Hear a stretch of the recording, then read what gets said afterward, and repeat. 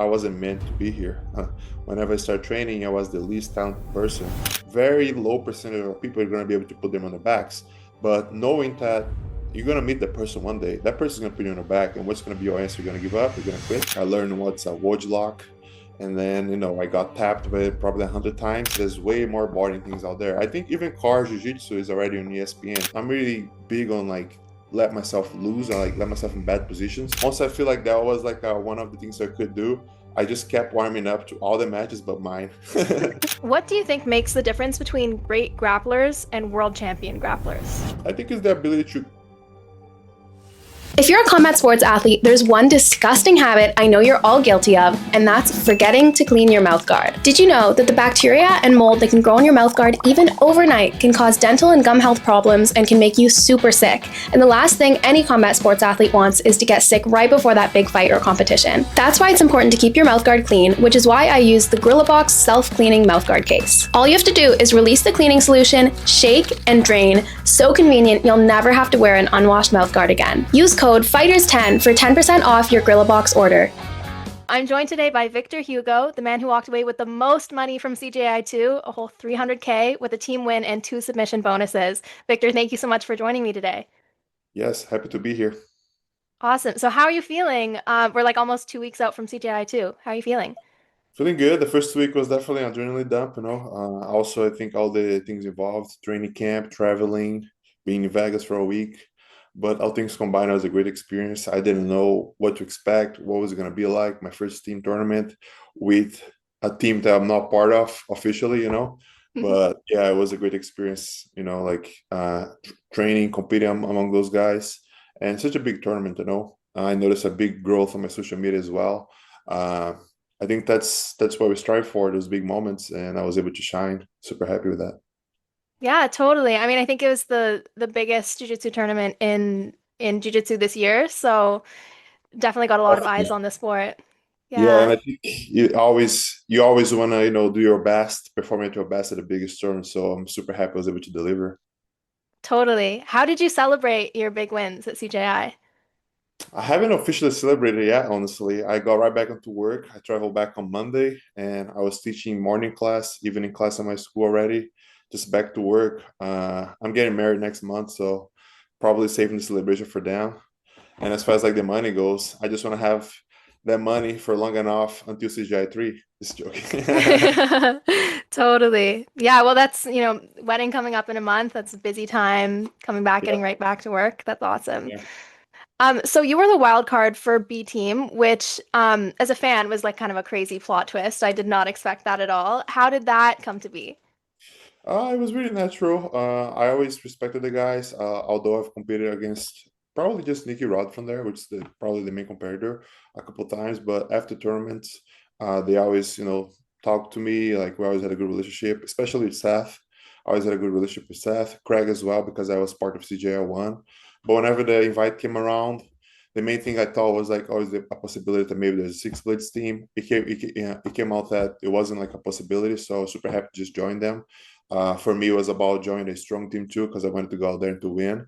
And I think a crazy turnout is that towards the last month to the tournament, we became not the strongest team. There was teams that are more favored to win than us.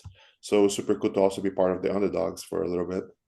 Totally, Yeah. totally. Yeah, so you mentioned Nicky Rod. You've obviously competed against him 4 times. What was it like training with Nicky Rod? And did you guys I mean, you know each other so well as competitors. Did you kind of talk about your styles and give each other advice?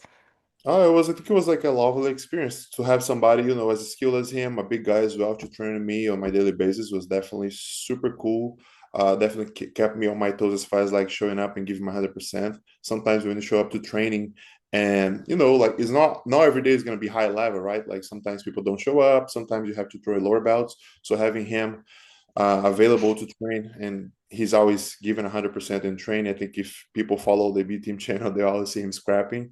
So it was pretty much that, the whole camp, and it was a great opportunity for me. I think I helped him as well, and yeah, I think it was a great experience. I think some other person, maybe some other competitors, would see as I don't know, I'm giving an edge, maybe he's studying my game or something like that. But as far as my mindset goes, it was a great experience. I think jiu-jitsu is about that. Jiu-jitsu is about evolving. I've trained with high-level athletes before. Mason Fowler, one of them. I think we trained together for one of the UFC fight passes back then for like weeks. So I'm always game to train guys, and I think that's probably one of the coolest thing about jiu-jitsu. Competition is such a short thing. We go there, we compete for a day, and then go back to our homes. So it was cool to have that longer, experience to train somebody high level, and also be, coached by Nikki, by Damien. These strategies, these styles a bit different from what I'm used to. So definitely gave me new looks, and it played a big role in how I performed, I guess. Yeah, totally. I think it's one of the, like you said, one of the coolest things in jiu-jitsu is that, I mean, for the most part, the rivalries aren't really that deep, and you can go train with these people and learn from them. I think that's super cool.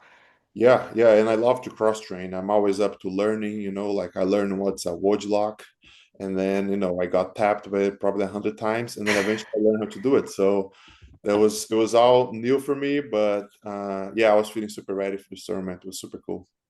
That's awesome. So, and what was it like, kind of just like training in the B team room? Obviously, it's such a high level room with so many.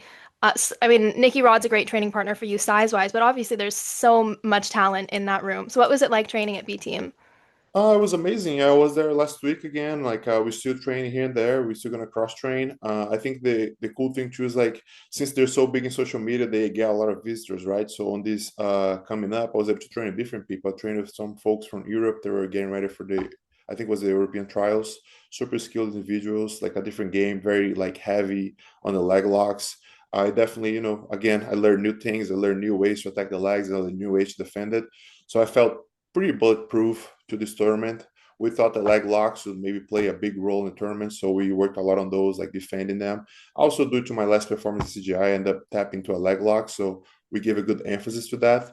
But overall, it was cool. Like I experienced something new too. Like the guys were really big on the CRLA slash ecological for this tournament. We played a lot of games on our preparation. I think like yeah, it was a couple weeks there. All we did was play the situations, and it was super cool. It was new, but I think as a grappler, I have the ability to kind of like adapt when it comes to training, when it comes to fighting. So I'm always up for a challenge. I'm always up to trying something new. As far as like, as long as I feel like it's gonna help me. And yeah, it was cool. Like as I said, they have a lot of people there, and a lot of people coming in, a lot of people traveling out, people from Asia. Eventually, Joseph came in, and it was cool. Like it was a cool mix. Yeah, that sounds super fun. Was that your first introduction to the ecological approach to training? Officially, I would say yes. I have played with the idea a little bit on my own teaching. I understand the idea. I'm not like a full advocate because like the guy that created probably gonna hate that I say that, but I feel like there is still some thing still some important things about drilling. I grew up pretty old school, doing hundreds and hundreds of reps. I remember there was a day that my sensei Saulo, he had us doing like 1,000 reps one day. So I have put my reps in, but I definitely enjoy this style. Sean is really big on partial training, which it's kind of like one of the pillars of ecological training, right? You break down situation and work the situation over and over to acquire the skill. So I'm kind of be working that, but I think officially was the first time that I just was fully devoted to these games and stuff like that, and it helped me a ton. As a bigger guy, I think the more exposure you have to different things, the better, because when you're bigger, you're stronger. You don't need to get to all these positions, right? You can just try to play your A game at all times. So I'm really big on like let myself lose. I like let myself in bad positions. So having a game officially designed to those things was super helpful for me, and I'm definitely gonna copy the idea and move on with it. Like for my next tournaments, keep practicing that.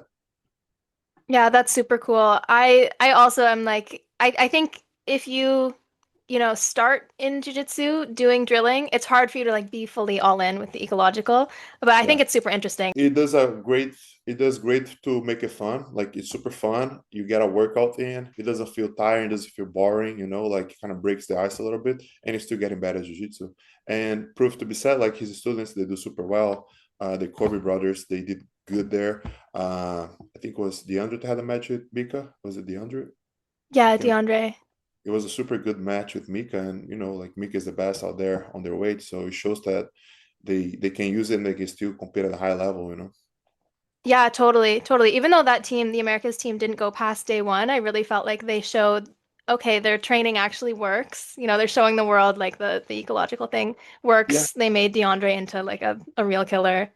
that was Yeah. the cool thing about CJI2 was like a lot of people thought that would be way easier than it was, right? Like when you saw the matchup Hmm. between Team America and New Wave, it was a hard of a match, you know, like Pat Downey did great against Luke. He defended all those triangles, and you know all the other guys too showed out.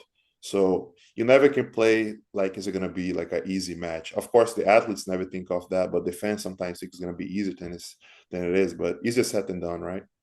Yeah, totally. Totally. So, what was the B team's like strategic approach to the quintet format? Like, did you guys kind of have like certain matchups that you wanted with your lineup?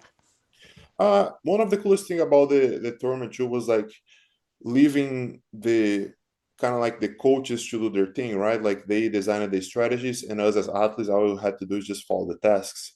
The way I saw it is they played the idea of two anchors, that being me and Nicky Rod. We were like kind of like the finishers too, like the bigger guys. So from the beginning, I thought maybe me and him would be kind of like on opposite sides. Maybe I would be at the beginning, he would be at the end. Maybe he would be at the beginning, I'd be at the end. So that's kind of like how it went. Credit to Nikki and Damien. They also did a great job on kind of reading how each team would come out. So a lot of the sequences we already knew just because they put a thought like, oh, we might think that they're gonna send this guy out, so let's send this guy out to kind of like neutralize it, and then off after that send out the finishes and then gonna get a win. So I think a big part of the success goes to the coaches, how they strategize with the anchors, and also using well the athletes that they had. You know, like I think the B team guys are really hard to submit. If you watch the training, like on the YouTube channel, they're always getting out of crazy positions. You know, super hard to get an arm bar done there. So I think we were pretty confident that our guys will not get submitted on the sub only rule set, and just make sure they're feeding the right guys to get a finish. So I think that's kind of like how was his strategy, and he played a big role all the way to the finals, I think. Yeah, totally. I think the matchups that and you know they talked about in the podcast episode after the event like how they predicted the order that the other teams would send their members out and it was super crazy the thought process behind it and even some mind games with the Australasia team as well. Yeah, With funny thing, you? I saw Kenta saying that. Yeah. I could be wrong, but I think Nick and Damian were not 100% in. But myself, I thought that would be a good idea to just be a decoy and like be out there warming up so people couldn't really read. Because for me, it was like I didn't know how it was going to be, right? Like I knew that we were going to be sending each athlete out, but I didn't know how the production would work. Would be would us be able to see the other team getting ready? Could you see them warming up? So whenever I realized that was the thing, I was like, man, we gotta use our competitive edge, like maybe let's mix up the order. The one team that tried to trick us and it kind of did a little bit, but it worked out either way. It was kind of like Daisy Fresh because I think for the first match, Pixley was warming up by the stairs, so we kind of thought that he was gonna go first, but Max was already inside the thing to get around the pit. So I thought Pixley was gonna go first, and it came out that was like Max, and even better because I think Joseph had a really good match with him. But yeah, also I feel like that was like one of the things I could do. I just kept warming up to all the matches but mine. Every time Wait, somebody that's so go, I funny. will warm up, go outside, keep looking at them, and then oh yeah, that's Ethan going. I'm gonna act like I'm going to see who they're gonna send. So I didn't know if people were buying into it. So now I know that they did. So I'm glad it worked out. I'm glad I'm not That's crazy. that's hilarious. I totally had the wrong idea. I thought it was like okay, we want them to send out Lucas Kennard, so let's have Victor Hugo warm up. I thought it was like this big master plan, but it's almost funnier that it was just you. Yeah. Yeah, I was just like playing off my mind. I'm like, maybe if I stand outside, they'll think I'm going and then they'll send somebody else. Because from the day one, whenever we qualified that we knew we were gonna face them, they had in mind that like we're thinking they're gonna send Kennard first. I think they sent Kennard on the first round. And on our minds, we're like, we're gonna send Chris because they neutralize each other very well, like Chris could get a finish, but also I think Kennard being a leg locker, Chris defend leg locks really well. So we might not get a sub, but we get one of their finishes out. So that was like kind of like the idea for that. And me standing out there was pretty much just a decoy that I decided to do. I kept doing it all the way to the finals. and I'm glad it worked out, you know. That's so funny. All So, part of the sport. yeah. Did you like get a chance to watch any of the matches or were you just warming up the whole time? No, that's pretty much how I did, you know, like I faked warm up. I did my fake warm up and then I went back and watched. That was kind of like the Mm, hardest part because, you know, whenever I'm out there coaching my students, whenever I'm there like watching before myself go, seeing the teammates go, you kind of get more nervous than when you go. So I'm kind of sweating, you know, watching the guys going and then kind of like playing on my mind, oh, am I next? So is it gonna be Nicky Rod next? So kind of like nervous a little bit. Honestly, not a whole lot of warm up. Just I was sweating, being nervous already, so I felt ready. I moved a little bit with Philippe, but most of I never really warm up too hard because you don't know, you could go in and staying for 3 matches or staying for 2 matches like I did, so I didn't want to, you know, exhaust myself warming up and kind of like miss or start getting tired mid match. yeah, yeah, that's a good point. So I want to talk a little bit about like the actual kind of team matchups. So you guys had Daisy Fresh first, a team with I thought that that actually was going to be a really interesting matchup. They've got some great wrestlers and some great leg lockers. You faced Dante. What did you think about kind of how that match played out with your own performance as well as kind of how the team matchup played out? It was kind of cold. I think like it wasn't like the best match. I feel like Dante came out with a big task, which was submitting me, and submitting me after that he would have Ethan. So I felt like I tried to pass his guard. He has an amazing guard, you know, amazing guard retention. He's really strong. So I kept trying to pass, but I also didn't feel like there was an urgency for him to try to submit me. He was trying to playing off his back, doing good on the defense. I didn't feel like I was in danger at any point. I even like backed out and kind of like gave him space to stand up. But you know, I think everybody was kind of like tired too. The public was super late. My match was the last match, so my main task for that one was just like to not mess up and get a team qualified for the next day. So it's kind of like how I did. Again, Dante is super hard matchup. Had a really good match against Kainan at ADCC. So I was trying to still do jiu-jitsu, but I wasn't like gonna, you know, go for a leg lock shootout or something that would expose myself and kind of like take a loss for the team. The team was pretty much qualified if I took it to a draw. So I was trying to, you know, progress, but if it didn't work, I was fine either way. So that was kind of like how the match go. I do believe that we probably had one of the toughest matchups for day one. And I think that kind of went overlooked. Like if you look like on the paper, like who New Wave got, who Atos got, who Australasia got. Like I think we had the toughest, you know, day first because they had Michael Pixley, they had Dante, they had Jacob Couch, which is really good at heel hooks, which is the guy that probably we watched out for the most. We wanted to get him out of there, you know, right away. That was like the matchup that we didn't want it to put against me and maybe Nicky Rod. And yeah, it worked out super well. Nicky Rod got a sub over Brandon, and that made our day way easier. Yeah, totally. Ethan didn't even need to compete. That was an Yeah, awesome team yeah. matchup. Like I think overall we did great. I think one of the matchups Ethan didn't compete, the other matchup Joseph didn't compete. So I think we were the only teams that kind of went that way. I could be wrong, but yeah, like Yeah, I uh, believe so. a lot of our guys like Ethan and Joseph didn't have to compete. So that's pretty good too because they get to rest and they get to go full out whenever we need them. Totally. Yeah. So you secured your spot on day two, and then you faced the Australasia team. You had matches with Fabricio Andre, a rematch actually, and also faced Bilal, Yeah. getting two arm triangles. What was it like finishing those matches? It was super cool, honestly. Since the beginning of day two, they played off like Belal wasn't going to compete. I completely bought the idea, but the coaches didn't. Like Nick and Damian and even Joseph, they say like, "Oh, I'm pretty sure they're going to send him." But on my mind, I was like, "I don't think they're going to send him because he's already out. They put an X on his name." So on my mind, you know, was kind of I kind of fell for it. So whenever I subbed Fabricio, I was pretty hyped. I was like, "Oh yeah, 50K, let's fucking go." Damian asked me, "Do you want water?" I'm like, "Why do I want water? Let's just get out of here." And then Nikki goes, "No, they're sending the other guy out." I was like, "God damn it!" So I was like, "All right, I guess I want water." So then I had to kind of like on those 2 minutes, there was so much going on. I went from like going crazy, to like, okay, I have to recompose, you know, slow my heart rate down, drink some water, and be ready for Bilal. So whenever Bilal came out, it was kind of a surprise for me. Not much for the coaches; they kind of knew that he was coming, but I don't know. I was naive enough to believe that they wasn't going to send him, but it makes sense that they did. He was their Hail Mary, you know, the last man standing. And on my mind, I knew which leg hurt.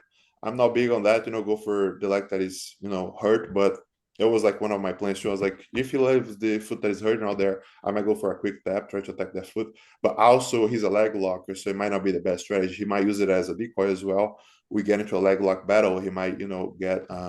I might give him the chance to also get a win. So mid match, I made adjustment. I felt like my passing started to work way better. I felt like he's starting getting tired a little bit, and I was eventually able to pass the guard and get the same sub, which is the sub that I've been working on. Yeah, yeah, no, that was awesome. I felt like a lot of people were surprised that you didn't go right for the injured foot, but I also really respected the fact that you know, choked him out instead of attacking the Yeah, feet. You know what I he was mean? doing a great job protecting it. So I didn't want to like kind of like emphasize too much on that and kind of like be kind of blind by that. So I believe in my jiu-jitsu. Funny enough, I think head and arms are one of my worst submissions. So it felt really good getting to head and arms. I feel like as a video game, like a player, I got to leveled up my head and arms as far as like competition. I feel a little bit more confident about it now. So it's probably something that I'm gonna be looking out to do in the competitions more because it's so complex. Even for teaching, when you go teach a seminar or class, each person that have a different struggle with the head and arm, how to finish. And even talk to Nicky Rod and the guys on the day, they also believe that's one of the hardest submission for you to master. But I think competition was a bit easier for me to apply it because the person is really trying to escape, they're really trying to get out, and that kind of pulls the energy out of them, which gives you a easier, path to the choke. Yeah, totally. It's something that I struggle with a lot because I feel like everyone teaches it the way that works for their body with their arm length and, the way their body works, but like everyone has slightly different arm lengths and slightly different ways of setting it up. So it's a really tricky one. And it could go very wrong because if you do end up committing for it and you don't really have it, you might end up giving your back, because the person has one side free. If you fully commit from mount, they might be able to bridge and get on top of you on your close guard. So it is, like it could be not super. It is high reward, but that there's a risk to it. So whenever I sunk it in, it was a mix of like I could feel that the guys were kind of like giving up, but also I made a joke that all my creatine of my body was like, that's another 50K, let's pull it all out. So it was like one of the hardest squeeze I've ever done in my whole life.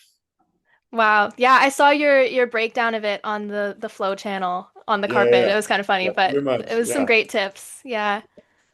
Yeah, so let's get into there was a little bit of drama with the finals, yeah. B Team versus New Wave and how that all played out. Tell us your thoughts on the whole thing. As I said, like we just showed up and did our thing, right? Like I truly trust the ability of the judges to decide it. Miha, he was there for the first event. Jay Flo, he was one of the judges too. Those guys, there is no reason for them to pull to our side. We don't train with them. We don't know them very well. I know Miha a little bit, but I think their decision was based on the rules. So I don't think there's a whole lot to it. I don't think like they're playing favorites or anything because they don't have to. They're neutral. They train in San Diego, they train under Keenan. And I think it was just like what they thought. It was 47-47. They read the rules. They found out what the rules was. Like honestly, whenever we were given the win, I couldn't hear very well the narrator because he explained how we won. I started celebrating, and then I asked Shushanji after. I was like, "Why did we won again?" Like I wasn't sure how they go with the draw, and then he explained to me. I was like, "Oh, okay, that makes sense." And I remember maybe 2 weeks prior to the tournament, they made Nick probably after the call that I had with Miha, they mentioned something about like a draw goes to the last person that wins or something like that. But yeah, like the rules there were a lot of rules. I wasn't like fully which is my bad. I always try to be sharp with it, but there was so much going on. I didn't really pay attention to what would happen in case of a draw. But yeah, I think I went out there. The only thing I feel bad is like I wasn't able to help out the team more on my match. I feel like I could have gotten a sub. I got to I control Wagner really well from the back. I ended up missing the finish, and that could have cost the win. But it is what it is. I think I still got a win. The team performed great. Nicky Rod definitely was a 10-8 at the finals. He pretty much dominated, took down, mounted, controlled. Even attempted a sub at the end. So I believe that was a 10-8 for sure. He wasn't in danger at any point. I think from the beginning of the match, he just kept attacking, kept trying to do takedowns. Look a little exhausted from the match they had with Pena. So I was really confident that like Nicaragua was gonna beat him. And whenever I went to the draw, I was fine. Like I was like, oh yeah, I understand. Like the judges did the thing, and it is what it is. We won. Yeah, totally. I was there watching live and it's kind of hard to get all the angles and everything. So with the Ethan and Dorian match, I didn't see that Ethan actually like had a really nice leg lock attempt on Dorian. Yeah, on my mind, I believe that was the closest. If it's a sub only rule set, I would think that sub attempt would value higher than submission, positional control, and that's how I saw that match going. Like we've seen that on Who's Number One and other sub only, even like Fight to Win, happen. Like many times where one person gets to control the other more, but the other person gets a really tight submission attack and end up winning the match. So I think that played a big role on their match being a 10-9 because it was a really close tap. It was a pretty odd submission, so maybe a lot of people missed it. But Darian's a dog, like you're not gonna make him make faces and kind of like react to attack unless it's really tight. So I think Ethan really had him with the attack. I believe I've seen Francisco Lo apply the same submission before, and he was able to get a tap before. So I think it was a valid submission attempt, and definitely, I believe it counted. Another match that people kind of slept on was Joseph Chan. I think he was competing for 77, and Giancarlo was 99 kilos. So I think Joseph did super well. All things considered, he had a lot of things going on with his body during the camp, but he went out there and went head to head against the current ADCC champion. I believe he even finished the match on top, if I'm not wrong.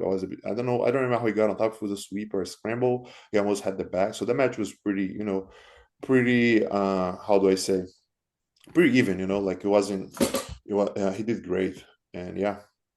Totally. I think it's a shame that all the kind of drama is overshadowing how great the matches that we got to see were. I mean, like it Yeah. was super cool with that format. You got to see some matchups that you wouldn't normally see in competition, and it was kind of like two each match was two super high level guys, and you got to Mhm. kind of, instead of seeing like a ton of submissions, you got to kind of see more of like the adjustments and the problem solving and that side of jiu-jitsu, which I think was all super cool. And I haven't gotten the chance to watch them all back, but they were some really great matches. And another thing that was super cool being an athlete, it's the crowd, Not the place was packed, you could hear the crowd, but also the people who were in the crowd. Especially for me, I remember when I was walking out for my matches, I think it was against Australasia. I looked to the side and Jocko is literally hyped up. It's like, go get them. That fired me up, like that's Jocko talking to you, like firing you up. So that kind of, that definitely, gave me an extra pump. I'm like, oh yeah, he's hyped up. Let's go. So backstage, I met O'Malley. So all these stars there, it makes you more pumped to give the people a show. And prop to Craig Jones and Seth to, being able to bring all these stars that, are somehow involved in jiu-jitsu, are involved in combat sports, and give us, the opportunity to perform in front of the world. Like if they are there, definitely there are people watching them. There are people that are watching the event because they're there. So it gives us this huge platform to show our work. Yeah, totally, totally. I was like totally starstruck, just like looking around. You Yeah. mentioned Sean O'Malley, Aljamain Sterling, Mighty Yeah. Mouse, Paulo Yeah, Costa. It they was, out there by the pit. You get you fired up. One thing is for you to compete at FGF Open, not taking away from FGF or anything, but not a whole lot of people are watching. So it felt like they built the show for us, and it's up to us to deliver a great performance. So that definitely got me fired up to go after those 100K in submissions. yeah, totally, totally. So now that the event is over, what did you think about it being a quintet format? And are there any changes that you'd like to see for future quintets? I'm not really big on changes. I'm really big on, as I said, I have read Joko's book before. Really big on ownership. So if it didn't perform well, it's probably my fault. If there are changes to be made, I'll leave it to, I don't know, the coaches, organizers. They know better than I do. My job is just to show up and, put a good match. People could argue that there definitely could be changes. I think what they try to do is just something new, something that people didn't see before. Uh, I see in the future, maybe they go back to the model that they did at first. But with the mind, eventually they bring the quintet back. I think it brought something new. Uh, you got to see alliances that we wouldn't see anywhere else. Me join B team. When would ever get to see that? Mika joined New Wave. He has a huge beef with Maragali, and he ended up competing for Maragali's team. So like when could we ever see that? So it gives us, a great storyline. If you look back in 10 years, I think people still could, be talking about that. They're like, hey, do you remember the time that Victor joined B team? Do you remember the time that Mika competed for New Wave? So I think it added a lot to the sport. Of course, things don't always go as you want. We end up having some matches that are not super exciting, but the event itself was super interesting, I think. So for me, it's just like, if there are tweaks to be made, totally fine. They did great with the model from the first CGI, but I think it's amazing that they're trying something new. They're trying to bring more eyes. They're trying to innovate, and props to them. Yeah, totally. I love that they were willing to try this and, bring it to the big stage. For if there's a C, sorry, for when there's a CJI 3, would you rather it be the format of CJI 1 or the quintet format? Honestly, either way, like you can never tell what's gonna happen with Craig Jones. He could come up with a crazy idea, us versus lions, us versus gorillas. So I don't know, like whatever that is, I'll just be happy to be there supporting. He's making huge changes for the sport when it comes to athletes' pay, when it comes to standing up for the athletes. He was able to have Flow jumping on with him on this idea. So I think it's great. It helps us athletes. Like we went home with I went home with 300K. My team went home with 200K. All the people that end up not getting submissions, they at least went home with 10 grand. So I think, like, where else are you getting that type of payment and treatment? So he's kind of raising the bar as far as like the industry goes. So I just feel happy to be part of it. Every time that there's a chance to be part of CGI, you'll definitely see me there. If I'm not able to compete, I'm gonna try to support however I can, even if it's like standing by a mat, handling waters, however I can, because I think they're fighting a good fight. They're doing a good thing with Guardian as well, and it's just great to see. It's just great to be part of. Yeah, yeah, I love that. And I think that I mean it's crazy to see it because of CJI. We've seen so much change in the professional no-gi world just in the past like year or so. And I think that they've totally like been leading the charge in terms of athlete pay and making the sport kind of more of a spectator sport as well. I think that's super cool. Yeah, and I believe he adds to the ladder, right? When I say adds to the ladder, is like there's so many opportunities. You could become a PGF champion. You could become an ADCC champion. You could become an IBJJF champion. If you want to go higher on the ladder, you could maybe look into get a contract with Flow Grappling, with UFC BJJ. So there's so much opportunities, and I think CGI is just leveling up everything for us. So if you're a grappler, a young grappler now, maybe a blue belt, a 17-year-old, if you keep training, if you keep winning, the doors are going to open. It's up to you which door you're going to get to, which way you want to go. So it's just amazing to see the moment they're having the sport. I feel like for me, as far as like being an athlete, I just try to set an example, also show that it's doable, that you can live a good life being an athlete. And I moved from Brazil.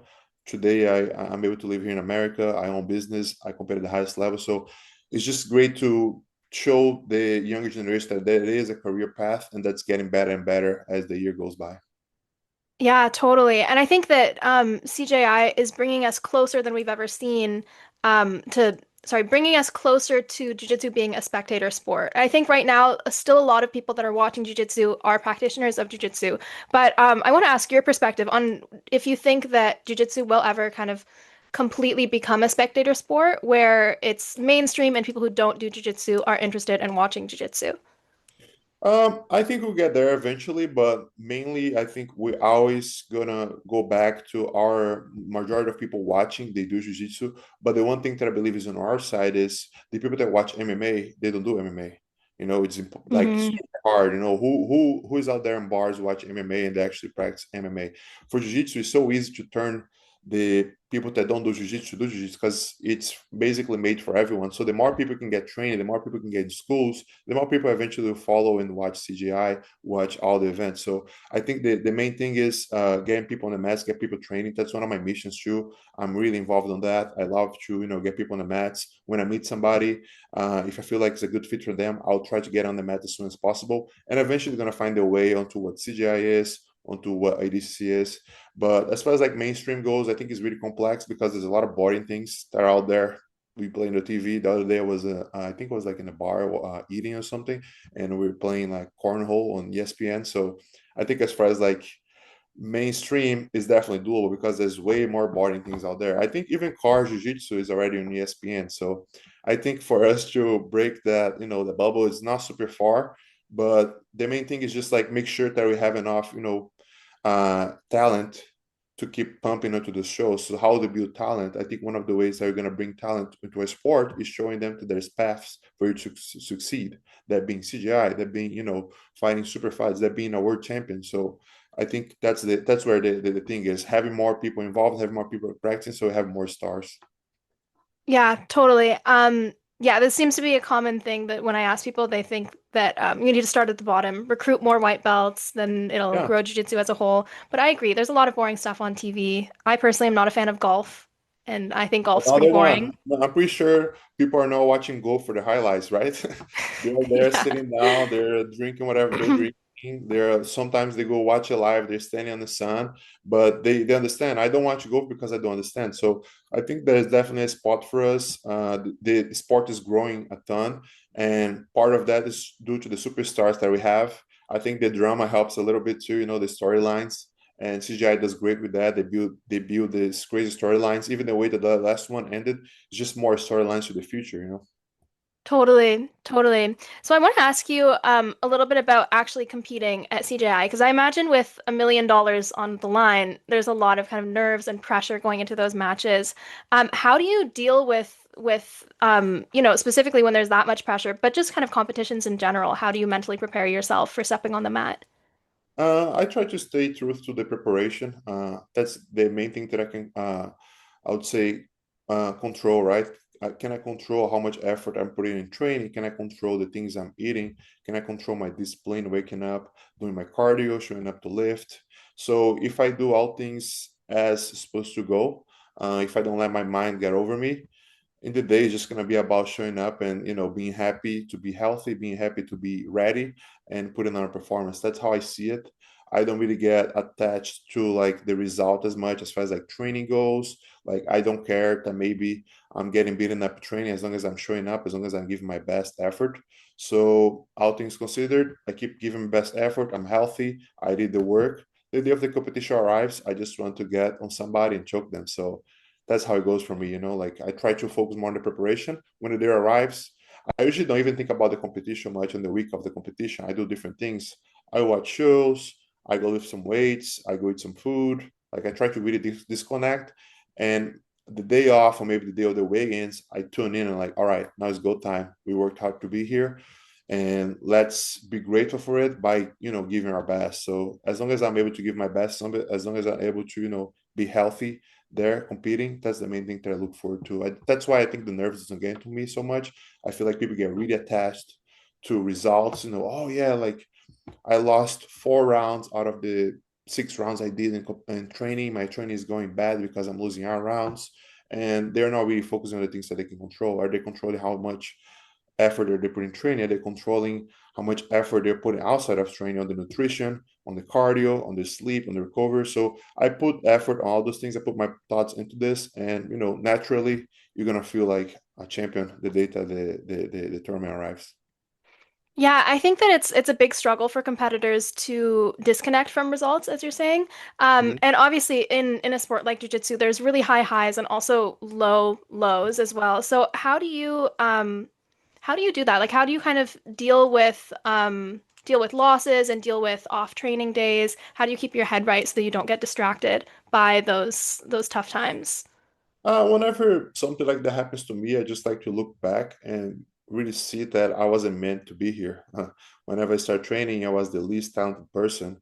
I start training on a city where I believe we don't have any IBJJF world champions. We might have a couple medalists, but as far as like black belt world champion goes, I don't think we have any. So all things considered, as far as like numbers, I wasn't supposed to be here. So whenever I feel like, oh man, my training is going super well, I just go back and see how much I had to overcome to actually get where I am. So that kind of gives me a free of, that makes my mind kind of like in peace for things not being going super well, and just grind it out and try to make the best of it. So I think that's how it goes. Like I try to be really grateful just to be in the position that I am today, by looking back and see how much I had to work to get here. So that's the way I like to see. I would believe how much I have to overcome, all the competitions I have done before, the losses.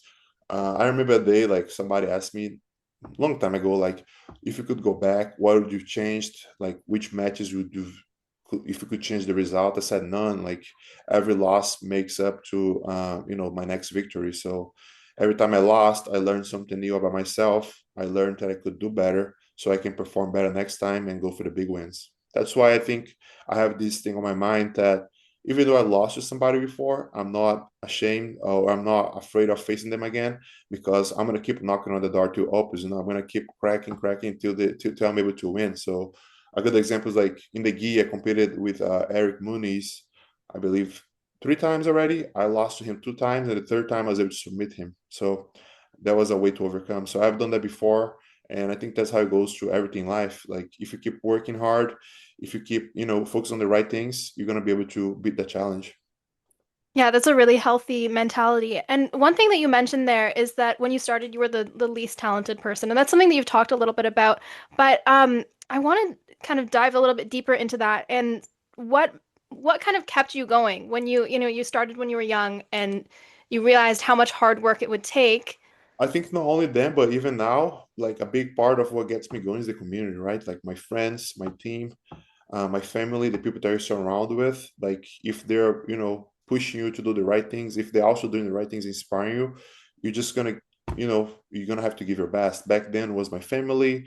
I really loved the community. Like I still love the community, but back then when I started, they really embraced me.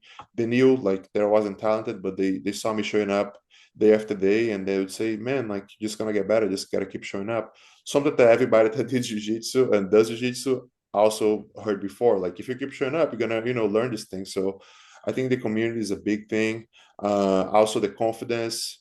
I end up when I started, I couldn't beat anybody. Little by little, I was able to stall them. Little by little, I was able to start sweeping them, and then a little bit more, I was able to start submitting them. So seeing being able to witness the progression, it kept me inspired to reach a new level, and that goes on and on. Like you repeat that cycle over and over. Even nowadays, like one big win for me lately is be able to, I honestly change my game but improve my standing.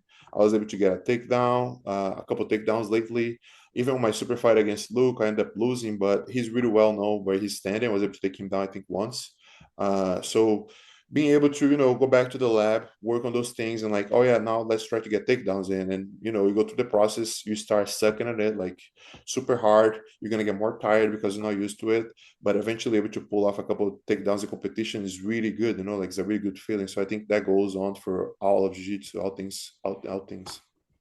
Yeah, yeah, and you mentioned that kind of like the progression of learning new things is kind of like this cycle where you're bad at them and you fail and you have to keep going and then you improve a little bit. So tell us a little bit about like how your style as a whole has developed through your jiu-jitsu journey. Because I know for a while you have such an incredible guard and you were kind of mainly doing the gi and now you've switched to no gi. But then also because you started as a kid, you had a different style than you have now. How has your style kind of developed and as you've kind of gone through these tasks of like learning new things. Yeah, I think also at some point in my career, like in the very beginning, like probably like 2 years, 3 years in, I started getting a little bit more involved into competition. And even though I wasn't super muscular, I wasn't like heavy enough, I was tall and lanky. I knew that most likely I'll end up going more to the side of heavier divisions, right? I knew that I'll either be a super heavy or ultra heavy. And I started watching those guys and I just thought it was pretty boring. Like, oh, like why are those guys only standing? Why are they not pulling guard? Why are they not doing things that, people in the lighter divisions do and have success with it? So I think it started off as like breaking the stigma that you just because you're big, you don't have to be boring. You don't have to always go for the same things. And that being said, I was able to develop my guard. I was able to develop my leg locks. And after a while, my sensei Shanji, he started like putting on my mind that all right, that's great. You can move like a lightweight, but also for some matches, for some matchups, you're gonna have to be the bigger man. You're gonna have to like take people down. You're gonna have to put pressure on them and make them quit. So, like I would say, like probably towards the end of my brown belt, I start putting a little more effort on like passing the guard, controlling, make sure I have a good pressure game. And I'd say it's probably like 7 years ago. And since then, I also start, enjoying the side of controlling somebody. And I know how hard it was to actually execute pressure, controlling our positions, having a good mount position, and all those things kept me, interested in learning more things. Lately on the no-gi, I started develop more on my back takes. So I think it's just like I try to look for something new to learn, something that's gonna add up to my game, something that makes sense. I think the transition lately for me has been be more precise with the progression of positions. That being said, maybe I get to half guard. If I get to half guard, I'm gonna put a big proud on not going back to your guard. I'm not gonna go forward, right? Like I only need to get half guard once, and from half guard, I'm gonna mount. I only need to get mount once. So I think that's kind of being kind of like the maturing phase for me as a black belt, be able to be precise. And funny enough, that's what people want to see nowadays. People want to see you dominate and want to see you submit. So ended up that two things helped out each other. Like I came out with this mindset of just get better at jiu-jitsu, get better at this mature jiu-jitsu where you're just trying to get things done once towards the finish, and that translates super well for entertainment because you become basically a sniper. You're trying to go for a kill, like you get to one leg entanglement, that's all you need to submit, and that helps you in either in both ways, and being a better at jiu-jitsu and also perform better for the entertainment side. Yeah, totally. That's super interesting to hear kind of your progression of what you've been working on and what you're working on now. And so for those who are watching you grapple, you have such a well-rounded game, and I think that that's a big challenge for people when they're learning jiu-jitsu. A lot of people that they might look up to, their coaches have like one game, they're a guard player or they're a top player, but you've been developing your well-roundedness, and now when you watch you compete, looks like you can kind of do everything. What advice do you have for developing a well-rounded game in jiu-jitsu? Kind of cliche, right? But I think it's very beneficial to leave your ego aside and work on the positions that you think you need to work on, that because deep inside the things you need to work on. That being maybe a side control escape. For some people, it's the guard. Like they're super comfortable passing the guard. They have a really good takedown game, and they never get to work on the guard. And unless they put themselves there, like very low percentage of people are going to be able to put them on their backs. But knowing that you're going to meet the person one day, that person's going to put you on their back, and what's going to be your answer? You're going to give up? You're going to quit? So, as a teacher, usually that's how I address it. I don't like when I'm teaching one of my students, one of the athletes that are under me, and they have one aspect of their game that is fully raw. They need to be consistently working to be well-rounded, because I think that makes you harder to beat and harder to crack. If you're super strong passing the guard, but I put you in the back, you become a baby. Like that's no fun to train with. So same thing goes to escapes. Like if you're super good at beating people up, but as soon as you get mounted, as soon as you get past, you quit. Like what's the fun of that? Like you should be working on that. No? It shouldn't be that easy to crack. So that's the kind of mindset that I have when I'm teaching. Of course, I'm really like easy with it. I use the best words possible. I try to be as nice as possible, but it comes down to that. For you to be well rounded, you have to be kind of like truth to yourself and know what needs to work on. If you don't have enough skills to develop it yourself, go to your coach. We have the internet, we have friends. Like the jiu-jitsu network is so big, and you can always look for answers. Yeah, there's so many resources online now that there's kind of answers for everything, for Yeah, sure. and also that being said too, like sometimes a purple belt can help you with something specific. Like I think for my who is number one match last year, I have said that a few times. I did a submission where I used the arm trap system from the back, and funny enough, I kept trying to crack that for a while, and I kept missing a detail, missing a detail. One day I went to an open mat with a friend of mine, and this purple belt did it to me like effortless. He trapped my arm, and I was like, "What did you do?" Like I've been trying to do this for people for a while. He showed me, and I was able to use it on my super fight. So Wow. pretty much I learned from a purple belt and was able to execute at a high level. But it was just like that little thing that he did differently that helped me a ton, and it nowadays became one of my best submissions. So I think that's how it goes. Like you don't have to only look up for answers. Sometimes the answer is right next to you. That's super cool. Yeah, I Yeah. think a lot of people, that's a really humble mindset to have. I think that's great. Yeah, I Yeah, think community is a big part of like what helps me to be where I am today. I don't like to say I'm humble. Like I think there's some that people you either are or you don't, and people will see. But I think having the humility to know that I always can learn from someone has helped me a ton. totally, totally. So I want to ask you, what do you think makes the difference between great grapplers and world champion grapplers? I think it's the ability to keep striving to get better. You know, you could very well win tournaments just because you're good at style, you're good at rule set, but to really like decide to push a little further and try to develop a new game, try to develop, you know, try to find holes in your game that you could get better, or even, you know, keep trying like to do new things. For example, like all guys that are considered greats, they are greats because they're super good at what they do. But all other things that they don't do, they know enough to not get in trouble. So I think it's like having the mindset that there's always something to work, there's always something to look for. A good example for me is Shanji. You know, he's been doing this for 30 years. He's a 2016 black belt, if I'm not wrong. And I see that guy still ask questions to people that are under him. We bring a leg lock kid in, like maybe a brown belt that does something different. Shanji very well walk up to him and say, "Hey, how do you do this?" So I think, yeah, having the humility to know that there is always something new, there's always something good for you to, you know, learn, and that eventually will help you at the highest level. You know, like when you get a great opponent that you have to, you know, kind of like go to a plan B, kind of like, you know, change your plans, like be able to adapt. So yeah, I think that has a lot to do with like the mindset thing. Yeah, no, that's a super interesting perspective. What are your kind of overall goals in jiu-jitsu? If you what kind of things do you want to contribute to the sport and what kind of accomplishments in the sport would feel like a successful jiu-jitsu career for you? For me right now, as far as like titles go, I definitely want more no-gi titles. I think in the gi I have reached the highest title that there is. Uh, I eventually want to go back to the gi, but going back to the gi will probably just try to suppress what I've already done. I won the absolute black belt. That's probably the highest thing. But when it comes to no-gi, I've never made, I think, to day two of ADCC. So that's one of the things that I definitely would want to work on. And I think this journey that I've been in no-gi has been helping me get ready for that day. Last year, I didn't compete ADCC because we had the opportunity at CJI. I'm looking at competing the next one and adapting my game well for the rule set. You know, there's a lot of standing. You gotta play well the rules. You're gonna face people that are really hard to beat on the rule set. So looking for things that are gonna challenge myself, but also, you know, cement my legacy as a great no gi and gi guy, like a great grappler overall. So I think as far as like titles goes, that is one that I'm looking for.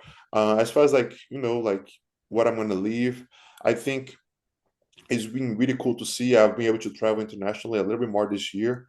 The big man flow is becoming kind of like viral, you know, like I go places like every now and then a big guy walk up to me and say, "Hey man, I start playing guard because of you." And I was like, "Oh, thanks." Like I started off almost like as a joke, like between my friends. "Oh yeah, big man flow." But being able to have that generational impact with bigger grapplers, you know, wanted to develop the guard, wanted to be more skilled, it's something really meaningful for me, you know. Like for example, I met a couple guys at B team, they're big dudes too.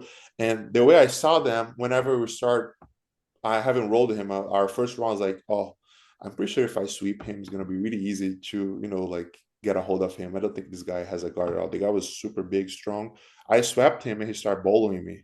And I'm like, oh, okay, that's fun. Like, let's have some fun. And at the end of the round, he was like, I've been a big fan of you, like since the gi days. Like, you really helped me open up my mind to develop my guard. So things like that, I think, like makes me super happy. So leaving an impact on that side as well. I would say as far as like a further vision goes, I want to have a model of a career that people can see that I live well from jiu-jitsu, but also, you know, like that I'm not really relying only on competition. There's different ways for you to have your income. You could be a businessman. It's really important for you to build relationships.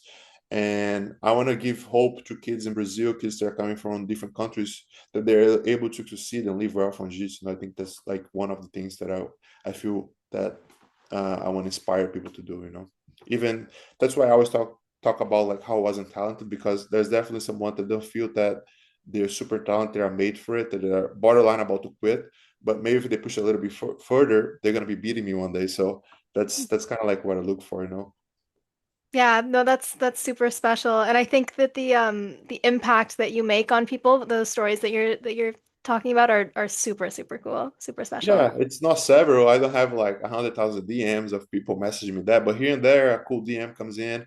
I made a post another day about my student. He's 65-year-old. He trains every day. I made a little post on my IG story and I got a message from someone really far away. They're saying, "Hey man, thanks for posting this. This got me inspired to start training and now I'm healthier." So even though it's a small percentage of people, it just makes you feel grateful for your journey whenever you're able to have a positive impact in someone else's life. Totally. That's super special. And so if a new white belt came up to you and was like, Victor, I want to be a world champion. I want to follow in your footsteps and pursue professional grappling. What kind of advice would you give them?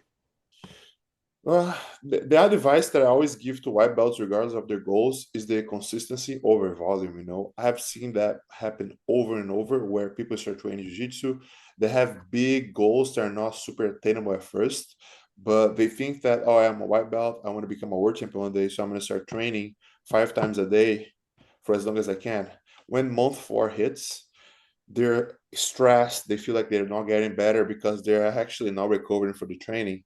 They feel like the body hurts because they've been putting so much training on. So just try to be consistent. Try to have a consistent schedule and commit to that. Maybe don't even think about it, but in 2 years, see how much you improved. And as far as competition goes, if your goal is to become a world champion, try to become a champion within your own limits for now. Like, what's the best version of you right now that it could be? Is it having a consistent training? Is it competing at regional tournaments? Once you start nailing those regional tournaments, maybe it's time to travel to the next city over and look for challenges there. Look for feedback when you come back from your professors, from the leaders that you have around you, for your friends. And then little by little, you're gonna climb the ladder.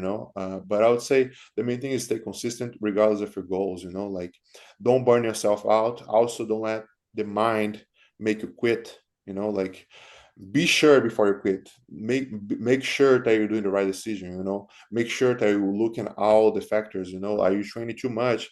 Are you always training the same person? That's why you feel like you're not improving, but you actually are. But you just train the purple belts and brown belts. Maybe go to open mat, enroll with somebody at your own, like that has been training for as long as you. Maybe go to a regional tournament and try to compete against somebody on your own level, and then you're gonna be surprised how much jiu-jitsu you actually know. So yeah, I would say, like, keep your goals attainable and little by little scale them. That's how I started. I remember I think it was my first competition. I took silver. I trained 10 months for it. Like, it took me 10 months and I took silver. And actually, for the whole year, 10, 11 months, all I did was take silver every tournament. And I became kind of joke. Like, they would call me the silver man. But on my mind, I was like, man, I'm so close. I took silver at the regional tournament. So that means that I'm the second best guy at the juvenile. I don't know how much weight it was, like 170 pounds. So maybe, next year I can become the best regional guy at the 170. And then eventually I became the second best man in the state on the same division. And then I had the opportunity to eventually, as a blue belt, to go to Brazilian nationals. And then I won. Oh, now I'm the best blue belt at this weight in Brazil. Now I think might be the time for me to try to go for worlds, because if I'm good for Brazil, I might be good for worlds. So I always try to scale my goals in a way that made sense. So that's how it helped me. It kept me kind of like, grounded, and kept me kind of like not, I didn't feel like I was like lying to myself. Like, I didn't feel like, oh yeah, I never want to match in my state. I never want to match in the regional. I'm going to go to worlds because with faith and work, I'm going to win. So I try to always, show myself proof that I can do it, and eventually be able to achieve it.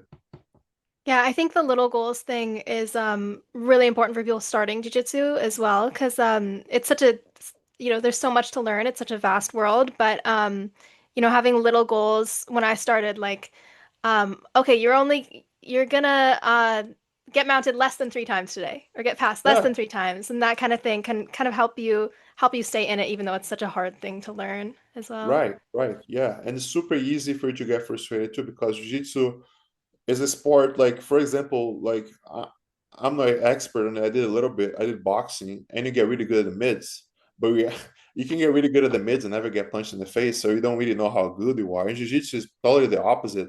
You learn one move, and depending on the skill you are, they're already going to throw you to open rounds, and you're going to get smashed. And then you're like, what am I doing this for? Like, I've been doing this like for 3 months now, and I can hit a move on anybody. But little by little, like one day you're gonna, be able to roll with somebody that's less skilled of you. And it's like, oh yeah, I know a good amount of jiu-jitsu. So it's really easy to get into your own mind thinking that you're not improving. But as I said, if you're consistently showing up, if you're doing the right things, if you're being a good student, if you're listening to your coaches, you're getting better regardless of, like of you able to perform or not. Totally. And the consistency thing is something that I think a lot of people that are new to jiu-jitsu need to hear. I think it's a common story for people to burn themselves out. I know I did it in the first 6 months of jiu-jitsu. Yeah. But I feel like it's like almost addictive when you start jiu-jitsu and then you can just be at the gym all day, but you can't do that Yes. forever. So it's good advice Yeah. to hear from you. Yeah. Yeah. So, Victor, what's next for you?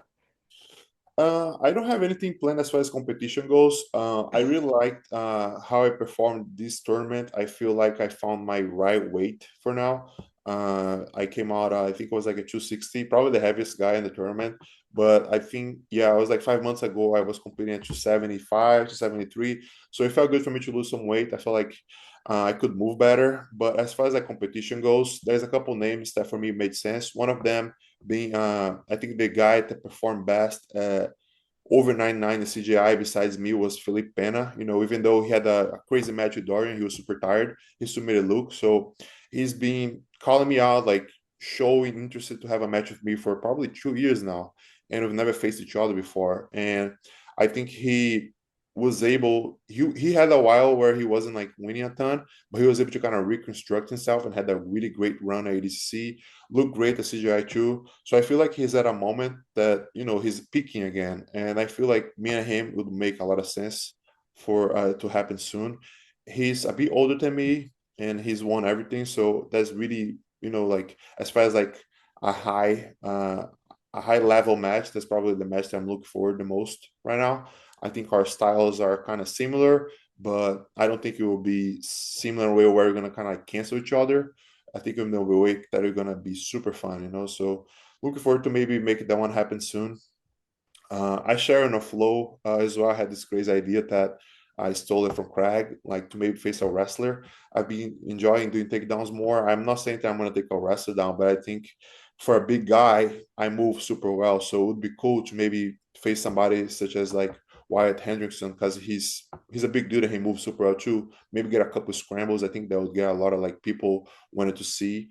And I know a lot of the wrestler guys, they're at the top. They're planning one day to move to MMA, but I don't see how can you go from wrestling to MMA without any exposure to jiu-jitsu. Like I think it's valuable for them to have exposure to jiu-jitsu. So having a match with a guy from jiu-jitsu is gonna put them through a jiu-jitsu training. So I think it's a win-win situation, right? So I'll be down to try it out against a wrestler. Him would be the best because he's the current national champion. I think great for my brand as well.